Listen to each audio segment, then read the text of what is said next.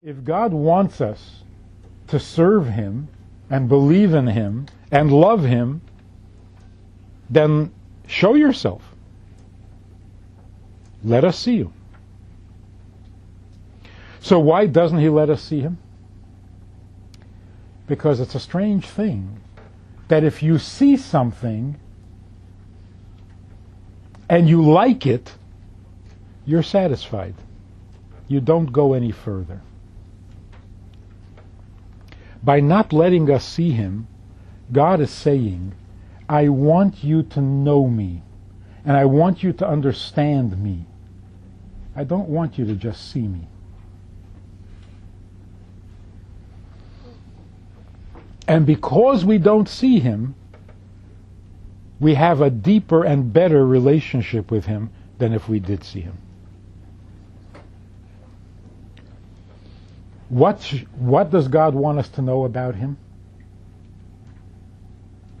What do you want people to know about you?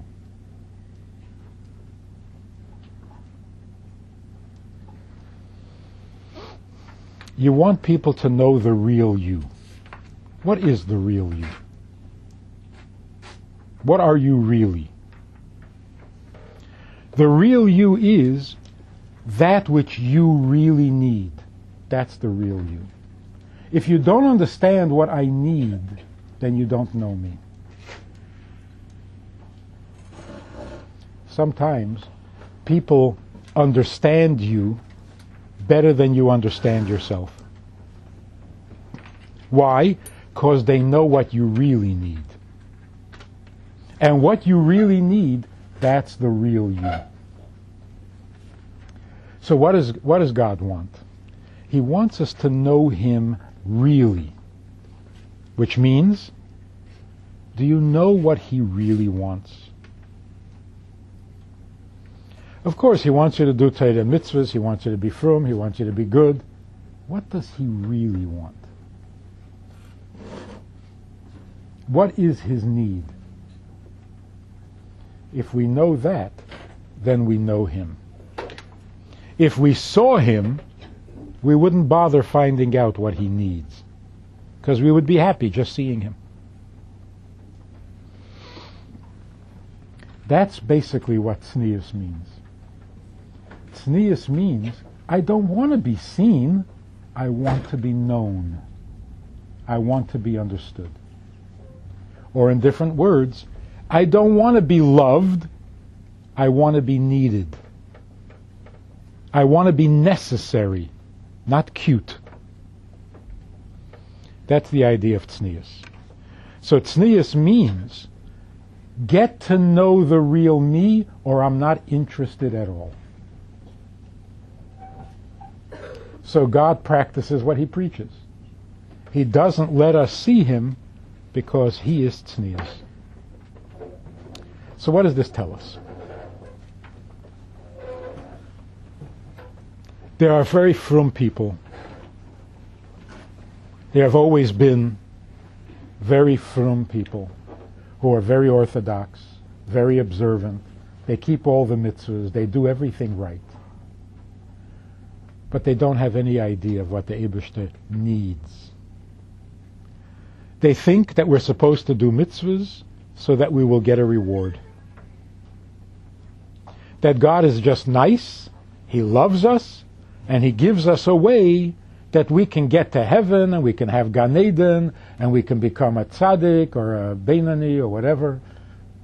So He's just being nice to us by giving us the mitzvahs, and if you do the mitzvahs, it'll be good for you, and if you don't do the mitzvahs, then it's not going to be so good for you. And what does God need? I don't know. Who says He needs anything? That's the way a religious person thinks. The Baal Shem Tov came along and said, this is not good. This is not good.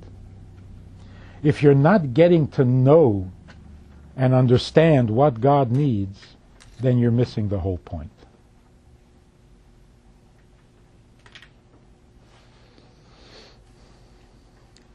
So what does it mean when the Mishnah says, don't do mitzvahs for the reward? Really? then why am I doing them?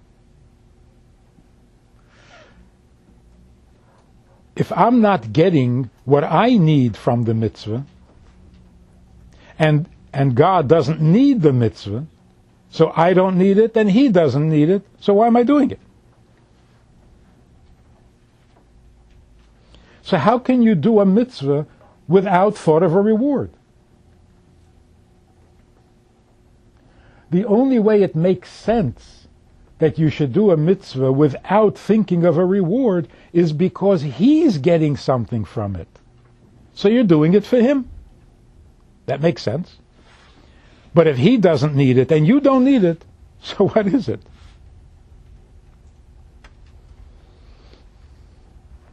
So what does it mean that God needs? Very simply, we know that in the beginning there was only God. There was nothing else. Then He created the world. So what does that mean? It means that He was not satisfied. He was not content to be alone. So He created the world in order to get something, obviously. Whatever that is, that's what we want to know. What was bothering Him? What did He want? What is He trying to get? What does He need from His creation? If you understand that, then you have gotten closer to Him. If you don't understand that, if you don't know that, if you don't care about that, then your relationship with Him is not what it should be, even if you love Him and even if He loves you. So love is really not enough. When you know what He wants and you love what He wants because it's important to Him, that's real love. Does this make sense? If somebody loves you for no reason, that's nice. It's not real. But if somebody knows what is important to you, and because it's important to you, it becomes important to them, that's real love.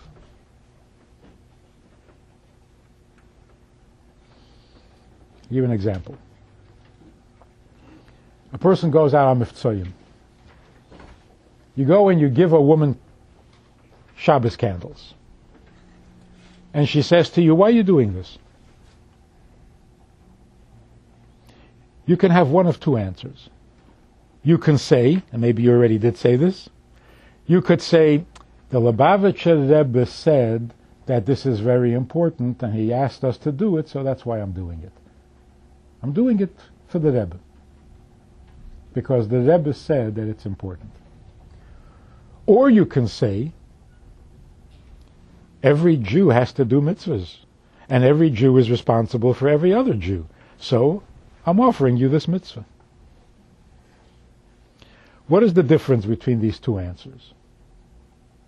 In the first answer, you're saying, this is important to the Rebbe, so I'm doing it for him. Is it important to me? Maybe not. So if the Rebbe didn't ask me to do this, I wouldn't be doing this. In the second answer, the Rebbe said that every Jew has to do a mitzvah and that every Jew is responsible for every other Jew. And I agree with that. I feel that now. So now I'm not doing it because the Rebbe likes it. I like the same thing the Rebbe likes. Of course, he taught me. But now I feel what he feels. I feel the importance of every other Jew and of every mitzvah. That's why I'm doing the mitzvah. That's the difference between being a chosidl or being a chosid. A chosidl likes to do what the Rebbe says, to make the Rebbe happy. A chosid is happy from the same things that make the Rebbe happy.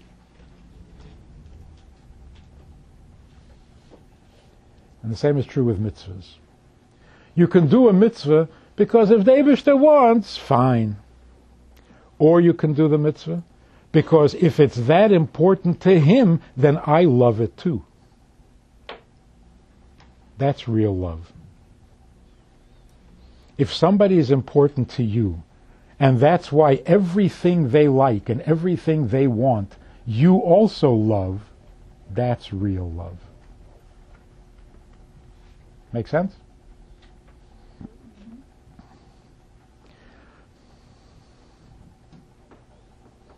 Why does a mother love everything about their child?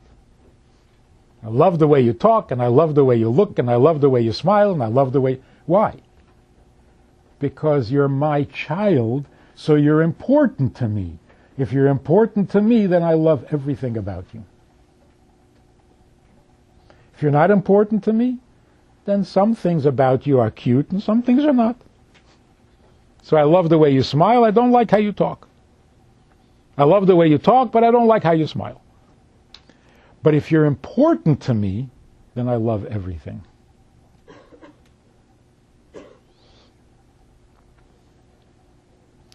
It's like God says, the Navi says, Al tigu b'mshichai. Don't touch my people. Not a lot of touch? Not a little bit exaggeration? Don't touch? You say don't hurt. But don't even touch? What does that show? If something is so important to you, then even a touch becomes important. Even how you touch my child becomes important. Like, for example, how precious is your eye? The apple of your eye. You know the expression? We are the apple of God's eye. You know what it is about the eye? You don't have to hit the eye to hurt it. If you touch it, it hurts. So God says, the Yidden are so precious to me, like the apple of my eye, so don't even touch it. That's real love. So what does it mean, do a mitzvah without thinking of a reward? If God is important to you, then his mitzvah is what you love. What are you going to get from it? You don't have to get anything from it. What do you get from loving your children? Nothing. You love them, and that's it. That's good enough. Do you love them so that they'll take care of you when you get old? No. Loving them is just the natural thing because they're so important to you.